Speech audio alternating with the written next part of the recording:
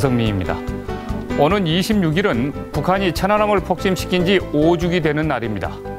우리는 차디찬 봄바다 속에 아직 피지도 못한 꽃 같은 46명의 생명을 묻어야 했지만 북한은 여전히 사과 한마디 하지 않은 채 무력 도발을 일삼고 있습니다. 또 일각에서는 아직도 북한의 천안함 폭침에 의혹을 제기하며 불신을 조장하고 있기도 합니다.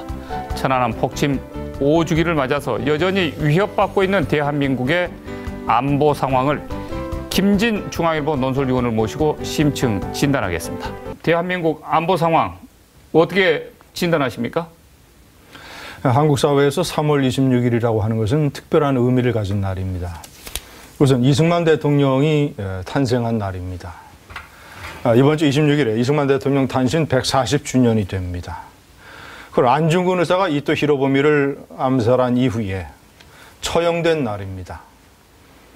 또 5년 전에 천안함이 폭침당한 날입니다.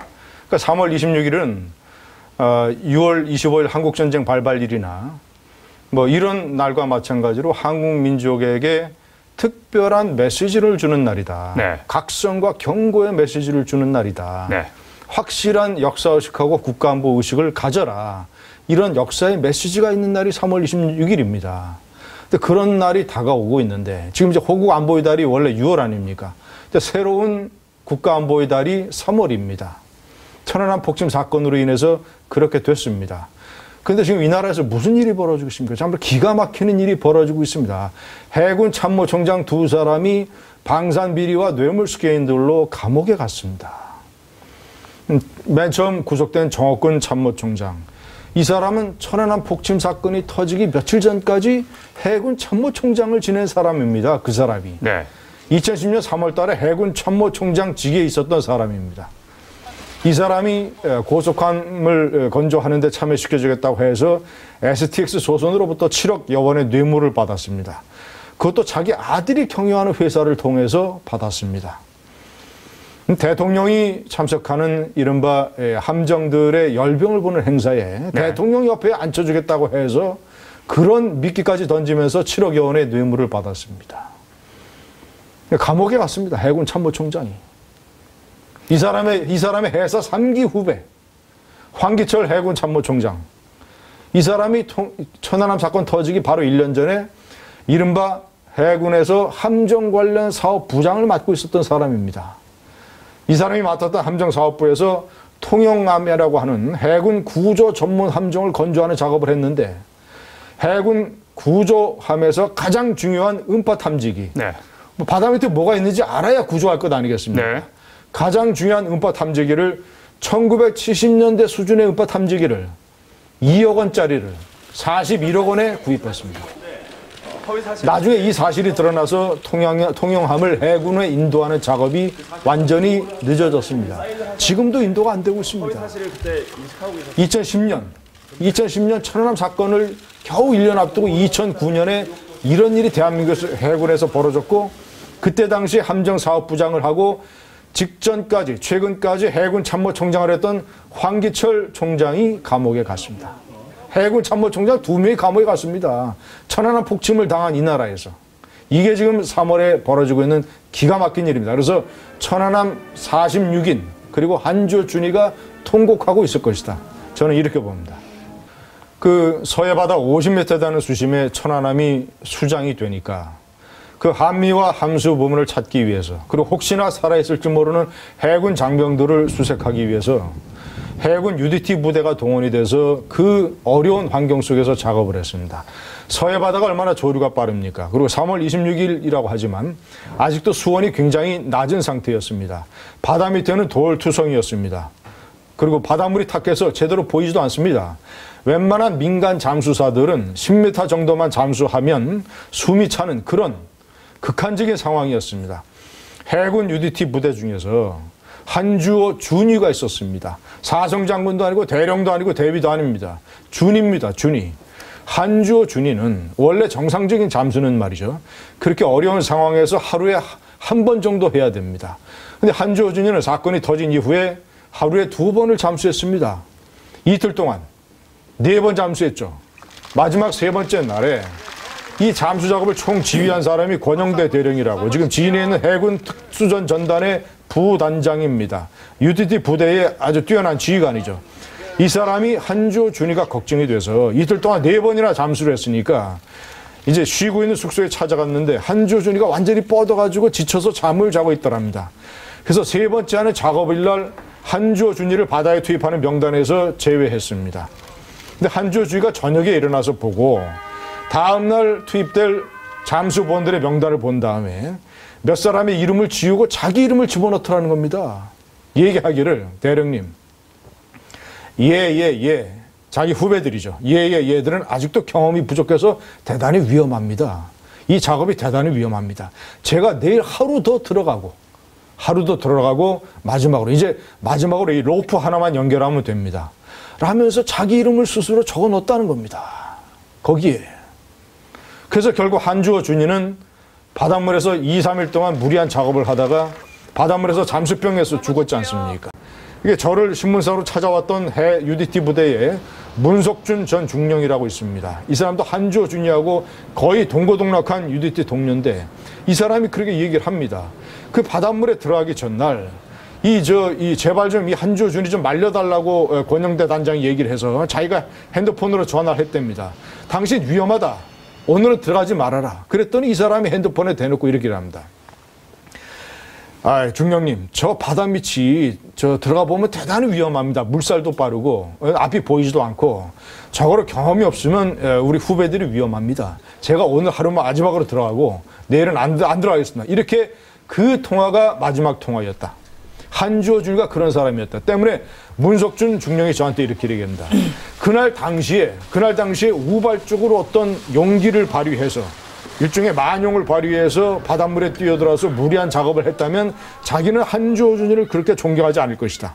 그런데 자기가 30년 동안 지켜본 한주호 준이는 항상 어려운 일에 앞장섰다. 그래서 나는 그 사람을 존경한다. 그 사람이 그날 그렇게 할 수도 있었던 것은 20년, 30년이 축적된 결과지 그날 당일 무슨 기분이 내껴서 한 일이 아니다. 제가 왜 한주호 준이에 관한 말씀을 길게 드리냐면 세상에는 2가지 부류의 사람들이 있어요. 준이가 월급이 얼마나 됩니까? 예? 그 월급 받으면서 준이 월급 받으면서 수십 년 동안 교관을 하면서 훈련병들의 고름을 빨면서 그날 후배들을 다 제치고 위험한 작업이니까 내가 해야 되겠다고 들어가서 죽는 사람이 있고 똑같은 하늘 아래 사성장군으로 수백만 원의 고액 연금이 기다리고 있는데 예? 방산비리로 말이죠. 자기 아들 통해서 아들 회사 통해서 방산업체로부터 7억 원을 받아서 감옥에 가는 해군 참모총장이 있고 하늘 아래 두 종류의 사람들이 있습니다. 저는 천안함 사태라고 하는 것이 여러 우리 사건과 사고가 많지만 이 천안함 사건이야말로 우리 사회에 주는 엄청난 메시지를 가진 사건이며 이 천안함 사건을 어떻게 보느냐에 따라서 그 사람의 세계관과 역사관과 가치관이 드러난다고 봅니다. 그래서 제가 또 하나 이 극명하게 대조되는 두 인물 한주호 준이와 해군 참모총장 이 부류가 있는가 하면 또 하나 극명하게 대조되는 부류가 쌍끌이 어선으로 해서 이 어뢰 잔해를 찾아낸 부산 대평호 선적의 쌍끌이 대평호 11호 김남식 선장 이런 사람이 있는가 하면 어뢰를 건져줘도 못 믿겠다고 쌩 난리를 치는 사람들 북한의 소행이라는 증거가 되느냐. 아니 어뢰가 없을 때는 말이죠. 북한이 잠수함 부대가 공격했다는 증거가 있느냐. 이렇게 몰아붙였습니다. 그래서 고생해가지고 사건 발생 한 달 반 만에 고생해서 쌍끌이 여선이 어뢰를 건져냈습니다. 그 어뢰를 건져냈더니 또 뭐라 그러냐면 그 어뢰가 북한 거라는 증거가 있냐는 거예요. 그래서 어뢰에 적힌 그 북한 글자 있지 않습니까? 글자와 북한이 남미 국가에게 그 어뢰를 팔아먹기 위해서 만들었던 카탈로그를 우리 정보당국이 수집을 해서 어떻게 얻어서 그 카탈로그에 나타난 북한의 어뢰를 보니까 그대로 건져 올린 어뢰하고 똑같아요. 이것을 국방부에 전시해놓고 기자회견을 했습니다. 그래도 안 믿어요. 그래도. 지금 일부 여론조사에 따르면 천안함 폭침이 북한 소행이라는 것을 믿지 않는 사람들이 당시에는 17%였는데 지금 30%라는 겁니다. 30%.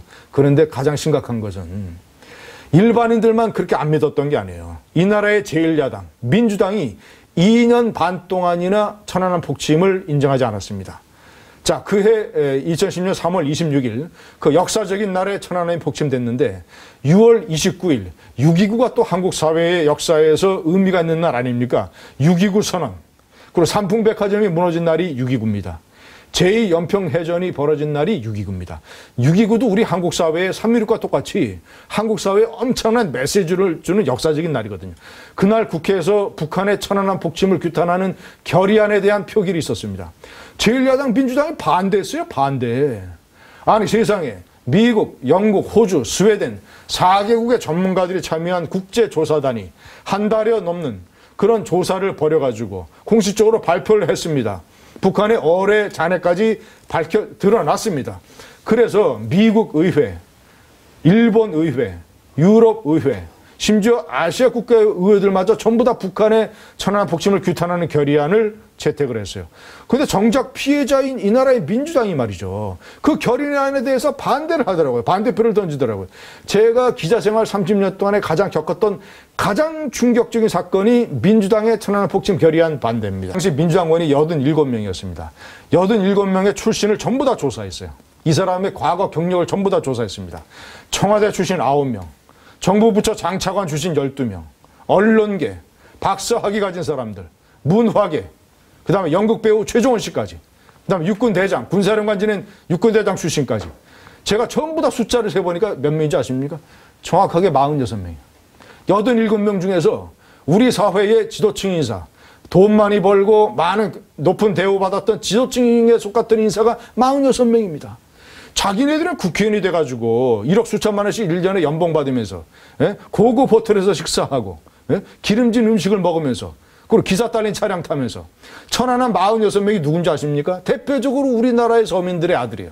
대표 다 공고 졸업해서 부사관 되고 평생 월급 이 고위 군 장교들의 절반도 안 되는 월급 받으면서 말이죠. 그거 가지고 전부 애들 아들 딸 교육시키는 우리나라 서민들의 대표적인 아들이 46명입니다. 민주당의 구호가 뭐예요? 서민과 중산층을 위한 정당 아닙니까? 그런 정당이 서민들의 아들 46명이 떼죽음을 당했는데 수장됐는데 그 가해자 그 살인 행위를 저지른 가해자를 지목하지 않냐고 그저 이명박 정권만 공격을 해요. 북한의 김정일 정권과 그것을 저지른 김영철 정찰총국장, 해주에 사령부가 있는 북한 4군단, 비파고스에 있는 북한 잠수함 부대, 이런 부대에 대해서 응징하자는 주장을 한마디도 안 하고 가해자를 인정도 안 해. 2년 반 동안에 북한의 천안함 폭침을 인정도 아니면서 가해자는 규탄하지도 않으면서 그저 이 나라 정부만 공격을 합니다. 2년 반 동안. 그러다가 어떻게 됐는지 아십니까? 대통령 선거가 가까우니까 슬그머니 인정을 했어요. 표가 아쉬우니까. 2년 반 동안 나타난 그 수많은 진실에 대해서는 다 부정을 하고 수많은 나라의 선진국 의회들이 전부 다 규탄 결의안을 만들었는데 김남식 선장은 자기 일 때려치고 말이죠. 고기 잡는 어망에다가 다른 이 어망을 만들어서 두 겹으로 만들어서 그런데도 불구하고 매일매일 작업하면 그물이 찢어져 가지고 새벽 1시 2시까지 선원들이 다 고쳤답니다. 그래서 해군의 요청에 따라서 가로 500m, 세로 500m 이 바닷속에 밑에 있는 것은 모든 걸 다 건져낸다. 한번 건져내보자. 이 해군 역사상, 전 세계의 해군 역사상, 해난 구조 역사상 이런 일이 없습니다. 어느 나라의 쌍끌이었으니 어뢰를 건져냅니까? 한국인만이 할 수 있는 일. 한국인의 그 김남식 선장 대평호 선적의 그 배의 선장만이 할 수 있는 일이거든요. 그래서 했는데 어뢰 수신체가 하루는 걸려오더라는 겁니다. 발전기 같은 게. 완전히 이 감동에 사로잡혀가지고 선원들과 해군 관계자들이 이제 살았다. 이제 북한의 소행이라는 것을 증명할 수 있게 됐다. 만약에 이게 올라오지 않았다면 내내 북한도 부인하죠. 이 우리나라에 있는 이 친보 좌파들도 계속 인정하지 아니하죠. 이것은 영원히 미스테리에 사로잡힐 일인데 내가 그래서 김낙주 선장한테 전화를 겁니다. 매년 3월 26일쯤 되면 전화를 걸어요. 어디 계시냐고. 이 사람이 선적은 부산에 있는 대평호 선장이지만 대평호 쌍둥이로 한 말이죠. 하면요. 이 사람은 이 형제가 해요. 선장, 형이 대평호 11호, 동생이 대평호 12호를 하면 이 사람은 동해에서 F-15K를 건져낸 사람이에요. 이 사람은. 이 사람한테 전화를 합니다. 그럼 이 사람이 당시에 고생했던 얘기를 다 합니다. 이 사람은 전라도 고흥 사람이에요. 예? 자기가 평생 민주당 지지자랍니다. 민주당 지지자지만 민주당이 천안함 폭침을 2년 반 동안 인정하지 아니하고 천안함 폭침 규탄 결의안에 반대표를 던진 것은 자기가 절대로 용납할 수 없다. 나는 민주당 지지자지만 그것은 용납할 수 없다. 세상에 어뢰를 건져줘도 못 믿겠다면 뭘 건져줘야 되느냐. 에? 내가 그러면 선원들 이끌고 북한에 가가지고 김영철 정찰 총국장을 체포라도 해오란 말이냐. 에?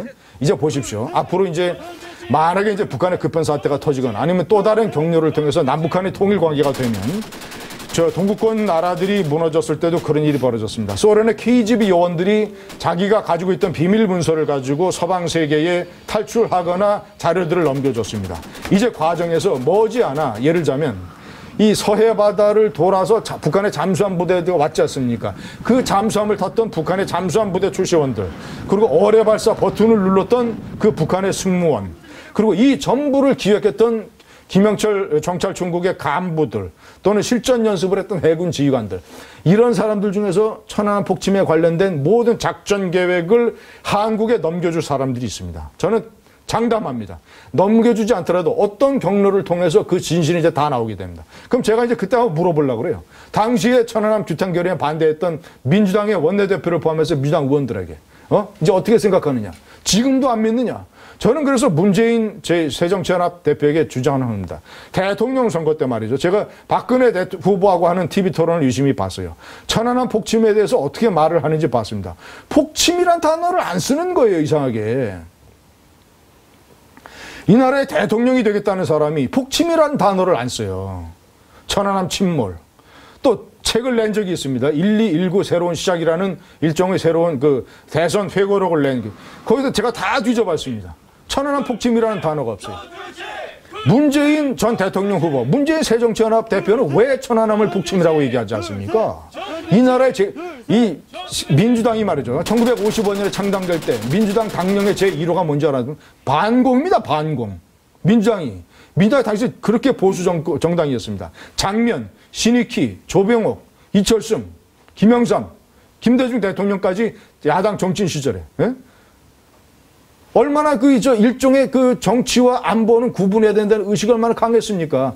그런 제1야당의 대통령 후보가 왜 천안함 폭침을 인정하지 아니했느냐? 저는 그래서 하늘 아래는 두 종류의 사람이 있다. 한주호 준이가 있는가 하면, 예? 한주호 준이가 있는가 하면 사성장군으로서 뇌물 받아 먹으면서 해군의 사기를 완전히 바다 밑에 가라앉히는 사람들이 있고, 자기 생업 팽개치고, 물론 정부로부터 적절한 보상을 받았지만 아마 어업 활동을 해서 얻는 만큼의 돈은 안 됐다고 저는 들었습니다. 하여튼 어쨌거나 그걸 떠나서 배 두 척을 이끌고 와서 쌍끌이 해서 하는 그런 사람이 있는가 하면, 예? 제1야당 의원으로서 이런 국가 안보에 이런 피해를 부정하는 그런 사람들이 있다, 이렇게 봅니다.